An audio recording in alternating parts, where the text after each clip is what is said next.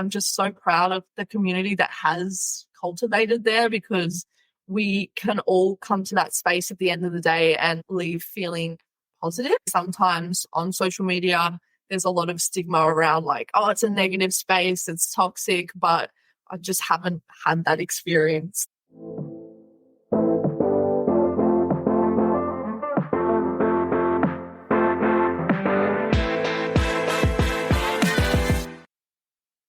Welcome back to the show. Hope you're all having a great week so far. I am so inspired by our guests today on the show. We have on two creators who have an account together, Taz and Alessia, and they have close to 1 million followers on TikTok. We talk about how they started the account, how it all started during the pandemic. We talk about how they were able to build the account up to the very large audience that they have now, and how they deal with what comes at them. How do they think about community, this community that they've built? I will give you a hint. There's so much about who they are that is this generosity of spirit, and that comes across. I found my conversation with them on this so inspiring, how they think about serving the community of followers that they have. We also talk about the reality of how they deal with hate. One of the things that they said is that they just don't give the energy to the hate because it breeds more hate. I thought that was a really interesting insight from them. I really enjoyed this conversation with Taz and Alessia. I hope you will too. With that, we're going to jump right into it. Welcome to the show. Thanks for having us on. We're super excited. Let's start with, how did you two start the account? Because you have almost 1 million followers on your account. Well, to be honest with you, the account kind of started by accident. So we started our TikTok account back in 2020 in lockdown. And this was before we were even in a relationship. So it was kind of just like a space for us to go to share our like togetherness at the time, but without putting it on our personal platforms, because my account was focused more on like beauty and makeup, and Taz's account was focused more on like tech and DJing. And obviously we didn't want to put our not relationship on our own personal accounts because we weren't really there yet, but we were in lockdown. So we were quite bored, and, you know, TikTok was on the rise. So it was something for us to do together, and we really enjoyed filming. Yeah. So we started this TikTok account thinking no one would see it, because I don't think we truly understood the TikTok algorithm. We kind of thought it would be a little bit like the Instagram algorithm, where whoever follows you sees it. But after each video we posted, we just noticed that like we were gaining more followers and getting more views with every post. And I think something that contributed to that was the fact that a lot of people were discovering their sexuality during lockdown, because it was time to like reflect on yourself, your life, and things like that. And we kind of became like, I guess, social media representation as a lesbian couple. Yeah. And we did end up in a relationship a couple months after. This was pretty much then at the beginning of the pandemic, you started the account. Yeah. Yes. Yeah. Melbourne had one of the longest lockdowns in Australia. So we had nearly 2 years in lockdown, it felt like. So how did you know one another before lockdown? So we actually didn't. We met on Tinder. So we had the first lockdown. We were both swiping on Tinder and we matched. And there was a small period where we were able to go out of our houses again. Things seemed back to normal. That's when we met in person. And then on the second lockdown, we just spent that together. So really nice. I think we'd only known each other about 2 or 3 months before we started the TikTok account together. Which sounds so crazy. And it is. Yeah, it is. You know, you had an instinct. We were called to do it. No, but we didn't really start it with the intention to create what we have. Yeah. We started it just to have fun and post like fun little videos online. And it was kind of like an accident that we fell into it, but it's a lovely accident. It's one of the best things that's ever happened to us.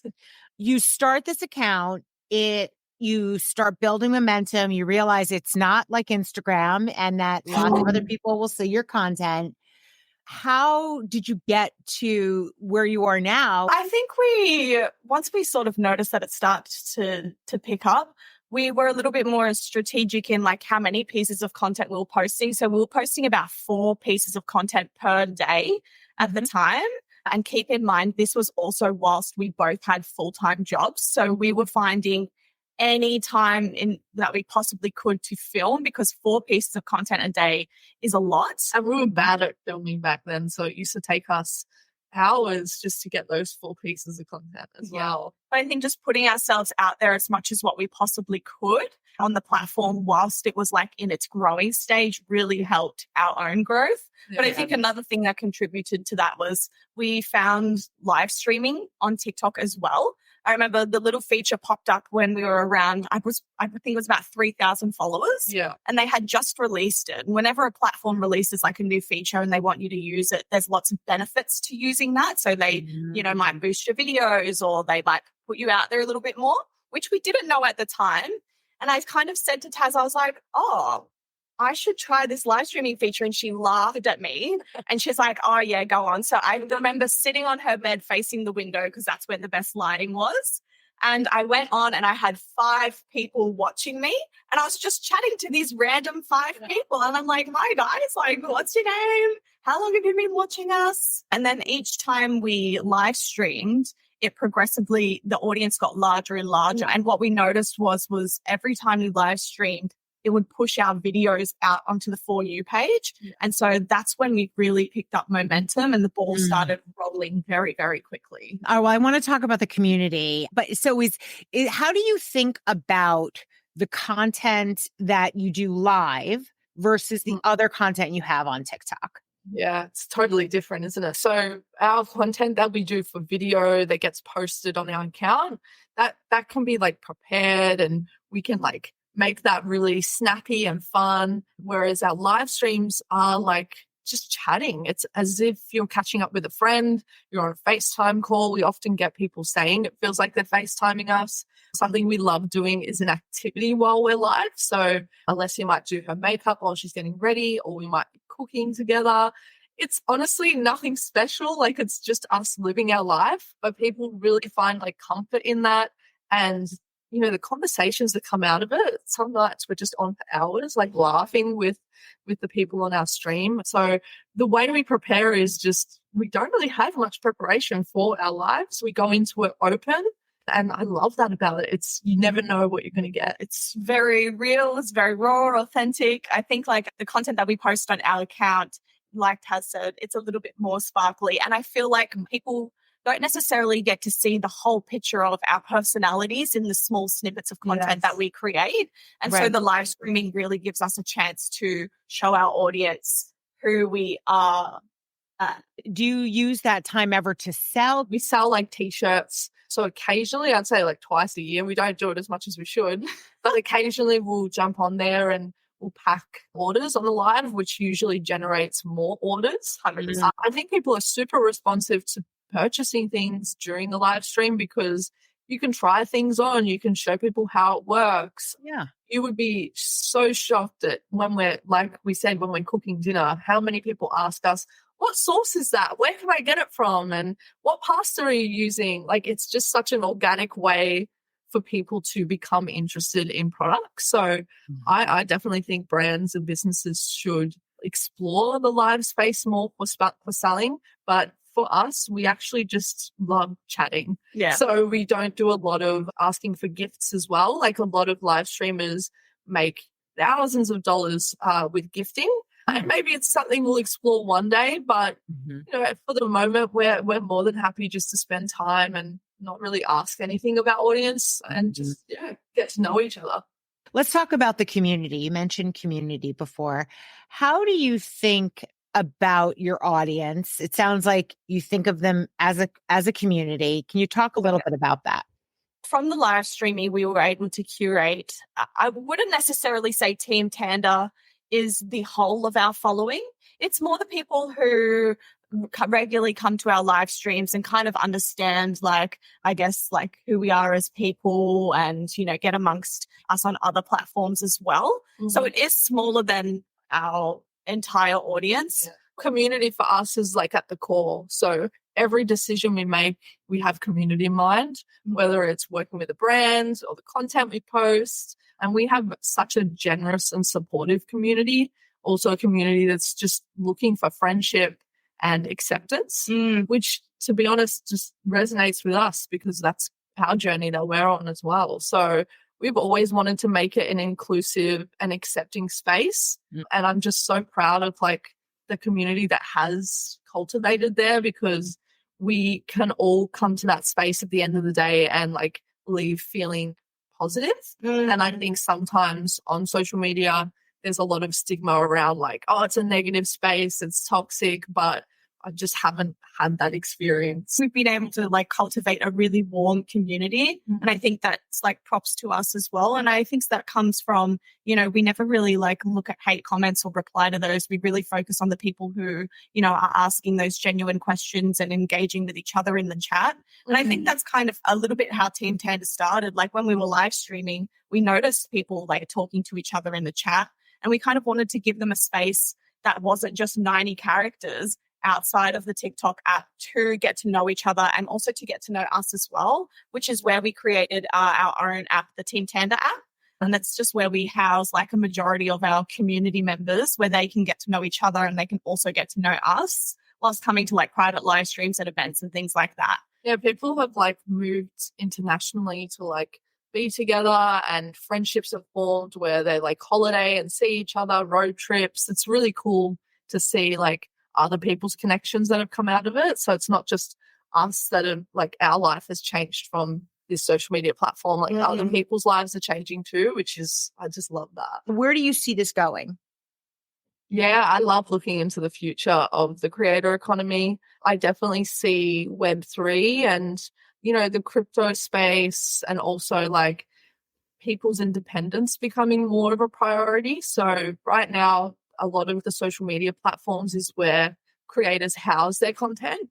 But I think in the future, we'll all have our own spaces in this digital world where we kind of like are able to monetize a little easier as well, and where we own the content. Because right now, if our account gets banned on any social platform, we lose that following, we lose access to all the people who have opted into to be a part of the community. So I think moving to a space where, I hate the word owned community, but like you have a little bit more access to the people who are following you, either through like email, text. I think it's kind of moving off platform, but I don't know the time frame. But I'd love to build in that space once it comes. So that is super interesting. And, you know, all the part of what you're talking about with the owning versus like renting, so to speak. Yeah. You know, this was an issue that I think early on when people started moving, like, so the influencer space started really with blogs, right? With people having these long form blogs.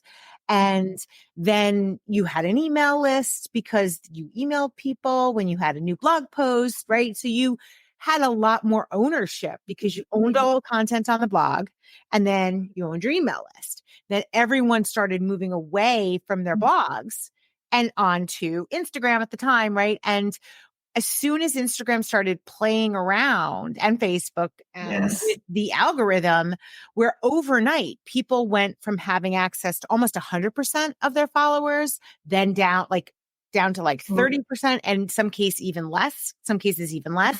People realized like, okay, yeah, I got more access to people on these platforms, on the social platforms, but I don't really own own in terms of like I can get in touch with them, those relationships.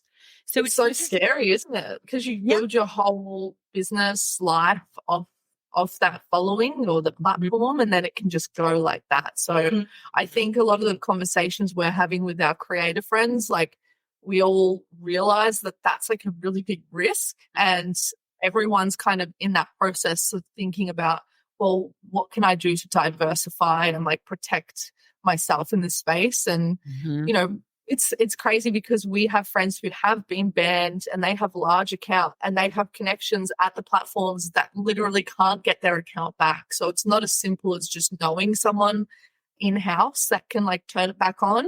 So this is something we think about a lot, and it was part of the reason why we created the app. We wanted a space that if somehow TikTok gets banned or goes dark, we can still talk to the people who really want to be a part of this community. Were you both, so before you started the joint account, were you each individually creating a lot of content on your own accounts? I definitely wouldn't have considered myself a creator before creating the Taz and Alessia account. I definitely was creating a little pieces of content for my own. I would probably say I just started exploring what like TikTok had to offer. I definitely found TikTok easier to navigate than Instagram. I remember I wanted to be a creator for a long time when I was on Instagram. And I had a couple of friends who had like maybe 10,000, 13,000 followers on their own Instagrams. And I was like, I would love to do that, but I just didn't really know how to get into the space. But then when TikTok came along, I really feel like I found my groove in that. Yeah. I never considered myself as a creator, or to be honest, the only word in my vocabulary was influencer back then. And it was like models with this amazing life. They were rich. They were like, yeah. And I just never thought that, you know, a person just living an average life like myself would be able to get a following. And I feel like TikTok really changed that. It kind of brought in this new level of authenticity and just getting to see people like beyond like a polished lifestyle as well. So in thinking about the monetization, I know we talk with so many different creators and influencers, and they share just, you know, that where like just from the standpoint of like where they're earning, it's kind of still mostly on the brand partnership side versus like, you know, anything they get from the creator funds but I'm just curious, can you share just high level, no number, like just like generally, is it more from one area? Are you diversifying? We don't have creator funds on TikTok, Instagram. So we only have access to the YouTube Shorts program and Snap, which, you know, a lot of creators in Australia are now forced to basically, the only way we can earn money is through brand deals or if you have your own product. So yeah, I would say a large percentage, probably too much, but a large percentage is coming from brand deals. And then we also try and monetize through our app so people can subscribe and get like bonus content, extra live streams with us, things like that. We sell merchandise as well. Yeah. And a small percentage through gifting. Now, we don't ask for gifts. So I think if you did ask your audience for gifts, you could get that like a lot larger percentage-wise. Is there any other way? I mean, speaking gigs have been a new area that we're kind of exploring, like doing keynotes and things like that and getting paid for that, consulting. So we're starting to explore those areas as well. But we do realize that it's important for every creator to start diversifying. In thinking about where you are going to take the content next, do you mostly look at trends that are happening on the platform, like on TikTok? I know TikTok is like a huge platform for you both. When you're thinking about new content, is a lot of it based on what you're seeing as trends that are happening, or, you know, how do you decide? I think we decide based on a couple of different things, right? We look at what the platforms themselves are bringing out. So, for example, TikTok released 10-minute videos and then they released 15, and now they've released half-an-hour videos on the platform. So we're really looking at like the platform is asking us to produce longer content because they want people to consume longer content. So we're starting to look at those things where it's like, okay, longer content's coming in, but also we can look at massive creators like Mr. Beast, who's kind of like moving away from like that really dramatized content and leaning more into like storytelling, which also leans further into that longer content and kind of like placing that in our own content and like, I guess drip feeding it as well. You can't just jump from 15 seconds to half an hour when your audience isn't used to that. And also, it's difficult to film. Like, we're not going to be able to film a 15-second video and jump straight to half an hour. It's a different skill. Yeah, it's a completely different skill base. So I guess we have to learn like all of the things that come with that as well. Yeah, I think looking off platform is important and looking at the platform. You got to do both because you get inspiration sometimes from different spaces. And something we've loved doing is creating signature series. So it's something that like nothing is original on the internet. You're always getting ideas from somewhere else, but trying to make an idea our own and then repeating it over and over again, because that just as a creator. We're not coming to the session every day being like, what do we do now? Because that's exhausting. Yeah. So we kind of have some repeatability in our content, which makes it really good for our people who are following us. They know what to expect. And for us as creators, it helps. Yeah. And I think like you can look at the trends for the short term. Like we can jump on a few trends and maybe that'll get us a lot of views and whatever. But we really need to look at like, I guess the bigger trends, which is something Taz is really good at, like studying the industry and seeing what's next to understand how we can be here for a long time, not just do a really good job in the short time. Yeah.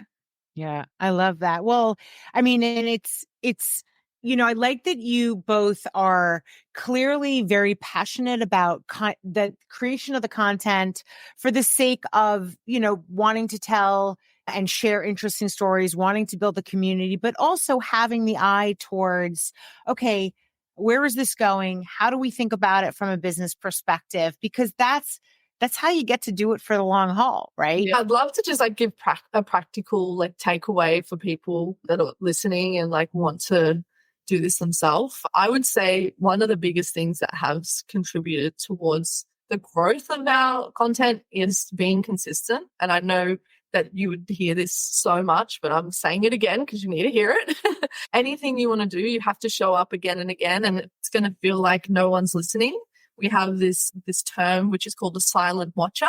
People in our community who watch every single video right to the end, but they never comment, never interact. And then one day we ask people on a live stream, who's a silent watcher who's been here for a couple of years but never said anything. And there's always people that come out and they're like, I love you guys. I remember you in your other house, when you were living with your mom, and they would bring things up and you're like, yeah, these people have been here for a while. So don't be disheartened if you're not seeing success straight away. Just keep at it.